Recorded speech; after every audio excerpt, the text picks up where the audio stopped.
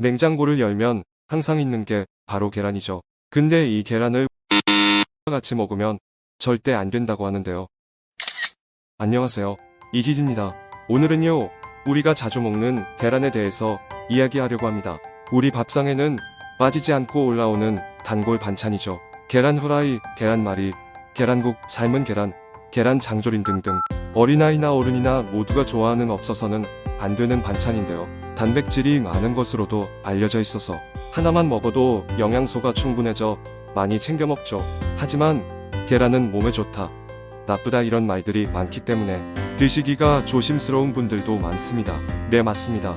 계란은 몸에 좋은 식품은 분명하지만 같이 먹으면 안 되는 음식이 분명히 있습니다. 오늘은 같이 먹으면 독이 되는 것과 그럼 어떻게 먹는 게 좋을지에 대해 하나씩 알려드릴게요.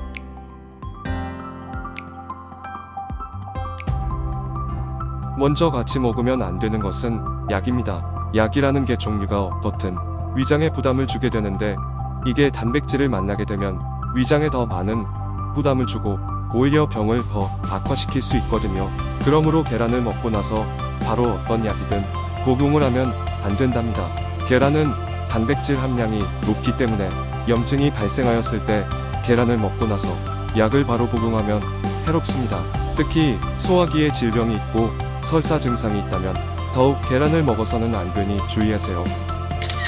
그 다음은 녹차입니다. 계란을 먹고 나서 마시는 것들에 뭐가 있을까요?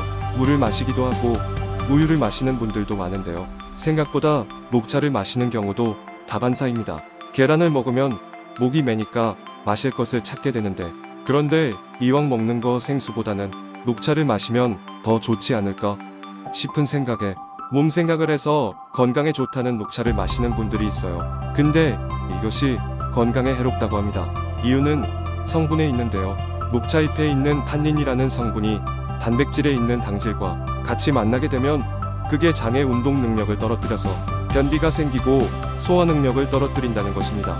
계란을 먹고 녹차를 바로 마시면 탄닌과 당질이 합성해서 체내에 해로운 물질이 인체에 흡수가 잘 되도록 만든다고 하니 같이 먹으면 안 되겠죠.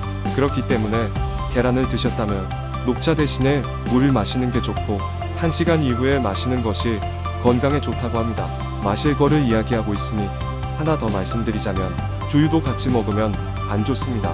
두유에는 트립신이라는 성분이 있는데 이게 계란 흰자에 있는 성분과 결합되면 영양분을 모조리 파괴하기 때문입니다. 같이 먹으면 두유와 계란 모두의 영양소를 파괴하는 것이니 따로 섭취하는 것이 좋은 것이죠. 마지막 식품은 감입니다. 계란을 드시고 나서 바로 감을 드시는 건 절대로 해서는 안 된다고 합니다. 계란을 드시고 감을 드신다면 음식물 중독에 걸리기 쉽고 심하면 급성 위장염을 일으키고 또 폐결석이 생기기도 한답니다. 일반적으로 이 두 가지를 같이 먹으면 위로는 구토가 나게 되고 아래로는 설사를 하게 된답니다. 복통을 위주로 급성 장염 증상이 나타날 수도 있다는 겁니다. 이전 영상에서 고구마에 대한 이야기를 했었는데요. 고구마도 역시 감이랑 같이 먹으면 큰일 난다는 이야기했던 거 기억하시나요? 계란도 마찬가지였습니다. 만일 이 두 가지를 함께 먹었다면 먹고 한두 시간 이내에 소화가 다 되고 드시는 게 좋답니다.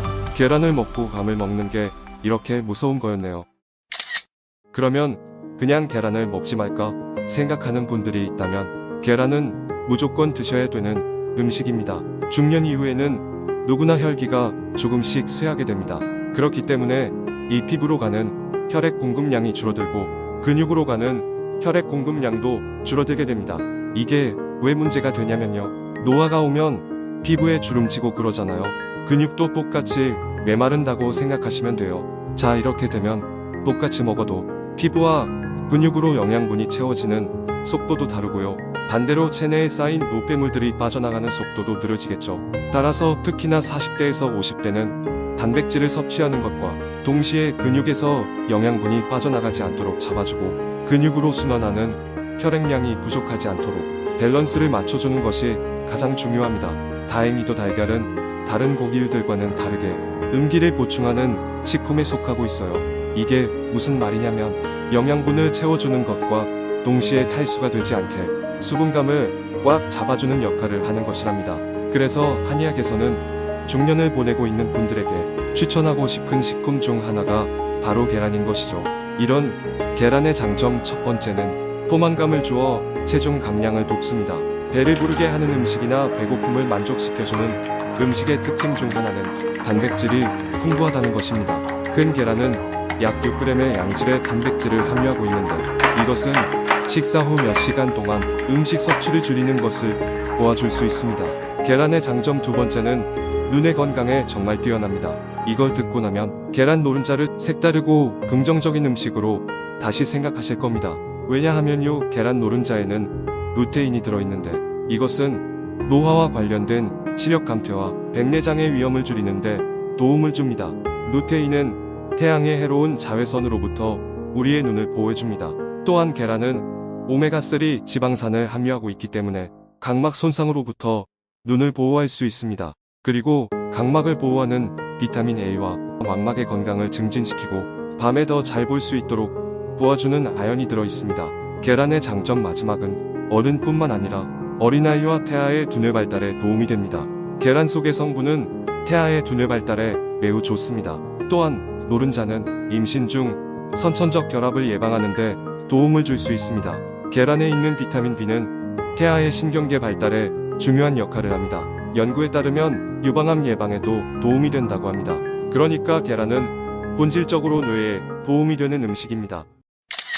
오늘은 이렇게 계란에 대해서 알아봤습니다. 정말 좋은 영양분이 가득한 계란. 위에서 말한 대로 같이 먹으면 안 되는 음식들을 피해서 온전히 건강한 계란을 드시면 좋을 것 같습니다. 긴 영상 봐주셔서 감사드리며 다음은 더 건강한 식품 정보로 인사드리겠습니다. 이지지였습니다. 구독과 좋아요 부탁드립니다. 감사합니다.